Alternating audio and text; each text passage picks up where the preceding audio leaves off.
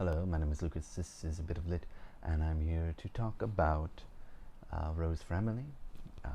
I figure it's Faulkner in August 2021, and why not read a classic short story that is related to the read along, even though we're all doing a read along for Sanctuary, which is a nightmare to read through.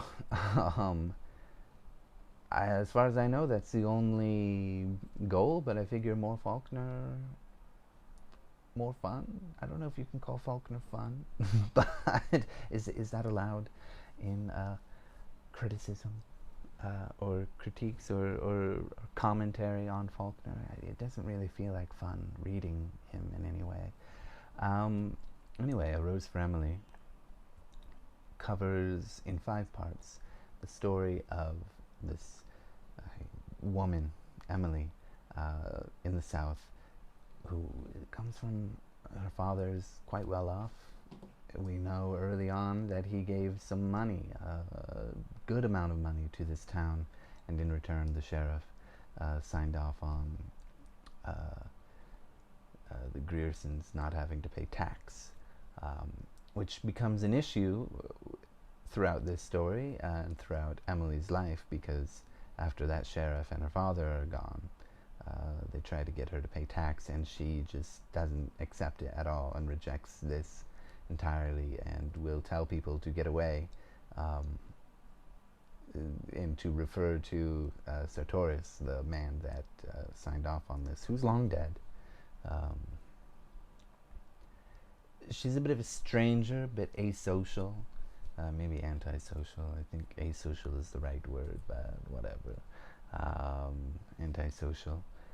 Doesn't really get out, doesn't answer calls from women that come to visit. She's always pushing them away, reassuring people that they don't need to come, that things are just fine. And yeah, we see different periods of her life, sort of in different flashbacks of different eras, and we keep going back and forth even within those parts, from our unnamed narrator, who's always using we to refer to himself. In a sense, I suppose he's speaking for everybody in the town. This must be a small town, everybody talks, that's how he's got so much information about all this stuff. There's a point where he doesn't use we. We'll get to that momentarily. He doesn't use I, but instead he uses they. So he must be talking about, when talking about Emily, he must be talking about talking for the town until he says they. But yeah, we see this episode in her life where her father is pushing away men. She was meant to be with somebody, and then he sort of disappeared. Her father died. He had been pushing people away, and there's this terrible smell emanating from her home.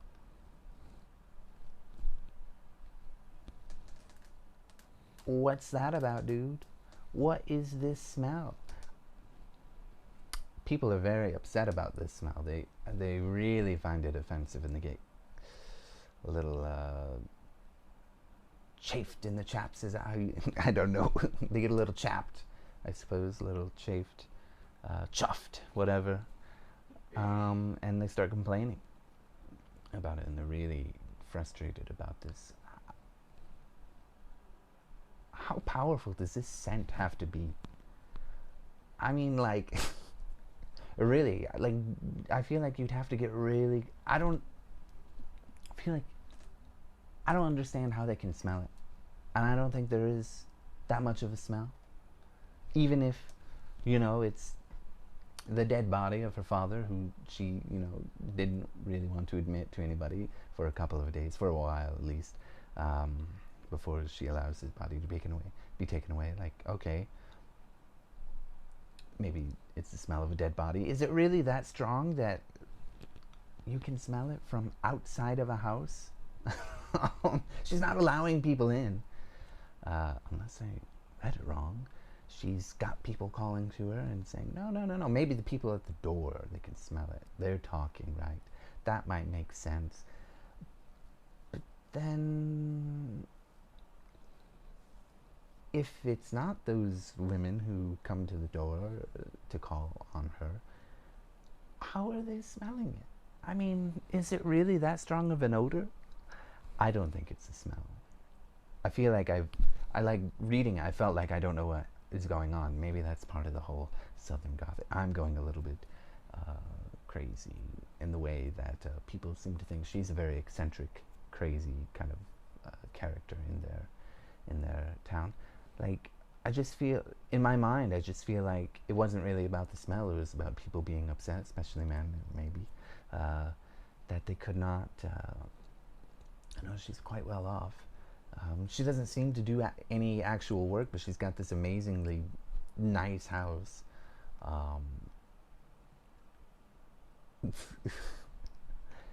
And she's able to afford a servant throughout her life, a black man who's graying, doddering, and stumped over by the end of Emily's life. We have no idea where this money comes from. It's old money, I suppose.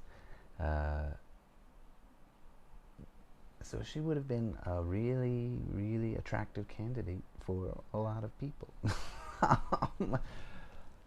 I suspect, maybe it's a smell. Makes me go crazy. I feel like I'm reading some nonsense. But I suspect that it's people really upset that she matches were pushed away, and then she's not receptive to anybody either. And there must be something wrong with her, you know. I think she feels a lot of pressure to sort of conform to what's expected of her, and that's why she's staying away from everybody.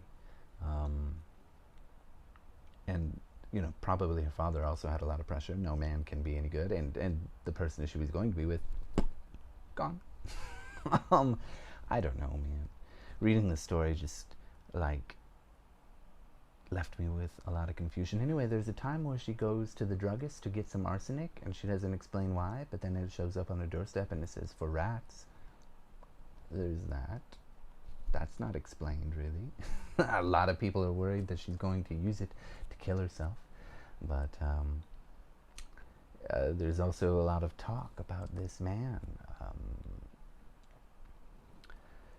who gives her rides in a carriage, you know, and throughout all this, of course, the outside world is changing. There's different construction companies building stuff, like sidewalks and whatever else, and wanting to put some certain things on her house to sort of modernize it, and she's in a lot of refusal to do that. She's, yeah, doesn't really want to do that. She's becoming more of a recluse. She does have some china paintings that she does with people until about 10 years before her death, and then nobody gets to go into her house. And yeah, I mean, it's kind of a... Did I miss something? People talk a lot about this guy who suddenly was at her house and then goes missing. Okay. And then when she dies, everybody comes because they want to see the inside. The men out of a kind of chivalry and respect, and the women because they want to know what's in the house. They haven't seen it for a long time, most of them. The times have changed. The people in the town are very different. The town itself is very different. Not Emily or her house, I suppose. It's sort of a relic of a different time. And I think, you know, this is when we get they. Because there's this room. I don't know how anybody really knew about this, or at least the narrator. There's a room that's been sort of locked, and inside we find it's dusty. Just everything is caked in dirt or in dust, and there is a rotting corpse in a bed, and it's the guy that was giving her, I think it was the guy that was giving her carriage rides. Okay. And you can see an impression in the, or a depression in the bed, little pillow for a head, and on there is a gray hair. That could only come from Emily, because it's described the same way as Emily's hair was described as an old woman. Okay. What? Emily, come on. I mean, it's okay to seek help, buddy. This strange necrophilic expression of love is quite disturbing. But I think what is interesting, of course, is that the narrator goes from saying we and then using we after this, but he says something like they waited until she was buried for a while or something like that. In a way, the narrator, who we don't know who it is, just somebody in the town, at this point is not too comfortable with what the rest of the town did. Maybe they're quite close. We do see Miss Emily used every so often. Possibly it is the black man, but I don't know if he would refer to himself the way, as a doddering person, personally, but who knows. It's interesting the way it's told too, and the way everything around this in the town is changing, and the people are changing, except Emily and her house. Sort of feels like, especially with the way the story is told, that in that moment when the narrator is uncomfortable, but also trying to emphasize that sort of the past, the present, influence each other and are not so separate that they can be distinctly discussed without some sort of connection being made. And we can see that there's influences on from, I guess, the future, looking forward into the future, that being the past looking into the present, which is the future for the past. I don't know what I'm saying. I shouldn't have said it that way, but we can see that I'm just repeating myself now. That history, that time is not so, what is the word I'm looking for? Not incremental. You can't block it off into small chunks, into little increments, and be like, okay, that's what happened then, and that's what happened then. No real relation. It's all connected, and it's all fluid in its own way. And I think we just see this woman who had a lot of pressure on her to conform to social ideals of her time, of her status, and chose to separate herself from all that. And we see her through time, and she's lost a few marbles along the way. That's all I've got to say. I don't know. Maybe someone else can make more sense of it than I can. Let me know what you think of the story. I enjoyed it, even though, again, I feel like the smell is just like embitterment and resentment of men around town, and then they get talking, and the women too.